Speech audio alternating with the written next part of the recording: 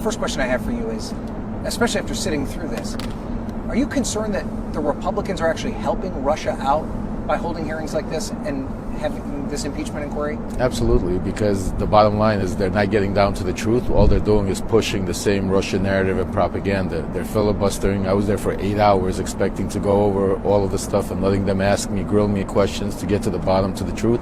And they didn't ask me one question except for Matt Gaetz coming in towards the very end and trying to filibuster and try and make believe that I was a criminal while they had a guy from prison testifying. Doesn't make sense. So explain to me why you're so certain that a lot of this is Russian disinformation. Well, I was a point person on the ground, not only for Rudy Giuliani and Donald Trump, but for Devin Nunes and Derek Carvey, his assistant. I was also working with John Solomon and Victoria Tunzing, Joe DeGeneva, also people like Ron Johnson, Lindsey Graham. I mean, I was working everything that had to do with Ukraine. I became the point person, so I know everything they have. Majority of the stuff that they're putting up there in these hearings are stuff that I produced and gave them, and that they knew that they were false and they were fake, but they still pushed them.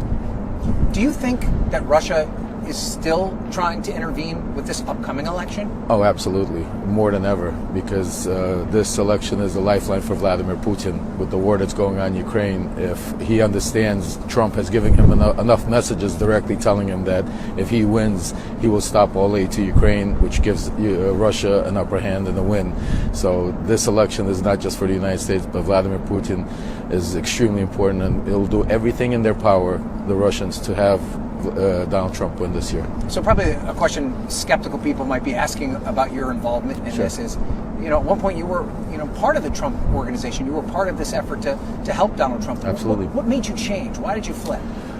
It wasn't flipping so much. I mean, when I was with Donald Trump, I truly believed I was doing stuff to save our democracy. I truly believed that the president could never do anything wrong. And so when I was doing it, I thought I was doing right. When I got arrested and had time to get away out of that mega cult scenario, and I had time to reflect and to see how things started playing out, how they started this pretending they didn't know me, pretending, not talking and stuff like that, I started realizing that I'm being set up to be the fall guy. Because when the beginning, it was all set up that when this whole breaking news is going to happen, I was going to be the guy that brings the evidence. And now I'm watching that now they're trying to silence me. And it didn't make sense. I understood something was wrong, and that's what started making me think and look into what was going on. Hey, a lot of the Republicans involved in this impeachment inquiry, they seem convinced that there's hard evidence linking President Biden to his son's business dealings, to corruption in Ukraine. I mean, that was your job to go find it, right? Yeah. What did you find? See, the funny part is they were never convinced. The majority of these people, when we brought this information in 2019, they didn't look at it. I mean, there was a very small group of people that were really, even interested in it. Majority of the Republicans, they want to deal with it because they knew it was false, it was fake, and it was not true. But then Donald Trump, took it to the next level after he lost the election. And now it's his, kind of like he says that the election was stolen. The only two things he could talk about is election stolen and the Biden crime family. And that's their only thing that they're running with. But at the end of the day, they have no facts to either one of them. Both of them are lies. So what would you say to your critics that say, you are a convicted felon, right? Absolutely, yeah. You spent time in jail. Absolutely. How would you respond to questions about your own credibility?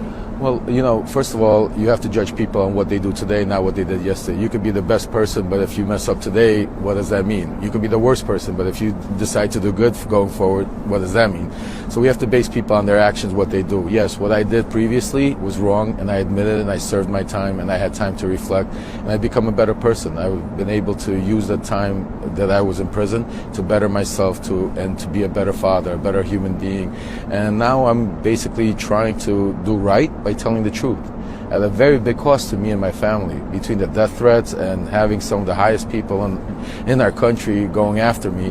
I still feel like, it's my job as a human being, as an American citizen, to come out and give the truth and to make amends of what I did to cause this. And you testified today that Donald Trump himself was part of the operation that you were involved in. Talk to me about that. Donald Trump is the godfather. He's the head honcho. Of course, he was aware. See, people don't understand that Donald Trump is a micromanager. He gets involved into the minutia, and he wants to know everything that's going on. So after every meeting, after every conversation, Rudy would call him and bring him up to speed. He knew every part of the step of what was going on, where I went, who I met with, what information we got, what articles coming out, what John Solomon's going to say, what Sean Hannity. He was aware and managed everything. And Rudy Giuliani responded to your testimony today. He said you're just trying to sell books, that you can't be trusted, that you're a liar. What would you say to your former associate? Like I said to him all the time, I challenge Rudy Giuliani anytime, any place, one-on-one in front of the world. He could bring his facts, I'll bring my facts, and we'll let the world decide. He keeps calling me a liar. Matt Gaetz called me a liar. But the crazy part is, what am I lying about? They don't say they try to say I'm a convicted liar. Okay, I lied. I was convicted. I went to prison. I paid my due. But now I'm telling you things that I've witnessed. I was there. If I'm lying about it, show me the facts. Confront me on the lies that I'm telling you about the president, what happened in Ukraine. Don't call me a liar because I lied on something that had nothing to do with this and try to interfere. So, and not only that, but everything I say, like I said, I have the facts. I bring the receipts. I have text messages, emails. I just found an email recently. I thought it was going to come out in the hearing, but unfortunately, because of the Republicans filibustering, John Solomon handed over to me one day all of Hunter Biden's bank record statements. When I asked him when he got it, he said to me, "We have friends in the FBI." I forgot all about that. And when I got arrested, I had all these bank records, and they're telling me, "How'd you get Hunter Biden's bank records?" I said, "Well, the FBI gave it to John Solomon." Everybody thought I was crazy. A couple of weeks ago, I'm going through my files, and lo and behold, I find an email from John Solomon basically telling me that, "Hey, I just got these emails from the FBI into Hunter Biden, and I need you to check them out with the records against the bank in the Ukraine." So, it's stuff like that. It was a lot of underhanded stuff. It was do whatever it takes to get the message out. And the reason why is because they were frustrated, because with being the president, with being Rudy Giuliani, with being Devin Nunes, all of this powerful they had, they couldn't get the rest of the world and the media to believe they're garbage. And that would drive their frustration more and more, and that's why, they started going through the halls of Congress, and now we're here in this fake impeachment, because the rest of the world knows it's fake, and they all know it's fake. They all know the truth, because they've seen all this stuff. I've spoken to a lot of them when they didn't want to take the stuff, and now they're sitting here pretending like this is some big thing that is. They know it's a lie. They know Joe Biden did nothing wrong. They know this is all a propaganda from Russia, and that's the sad part, because they're giving Russia a platform right now.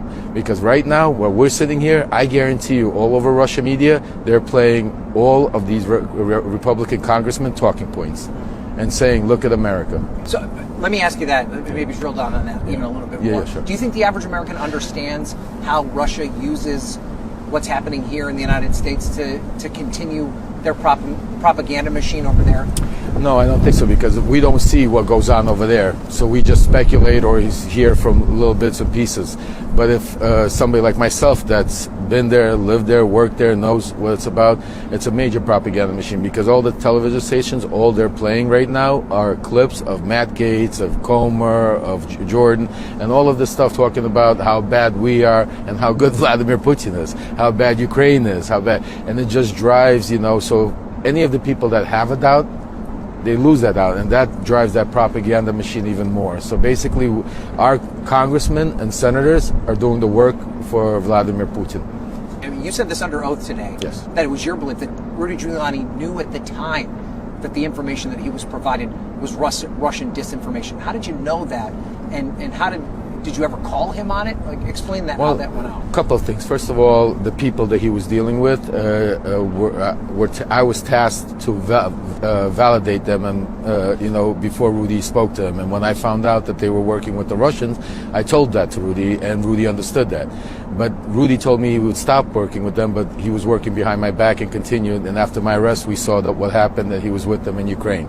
So Rudy knew just from what I was telling him. But also, me and Rudy had lots of conversations, because lots of the information a lot of times we would get would be similar to Russian disinformation. We would compare it.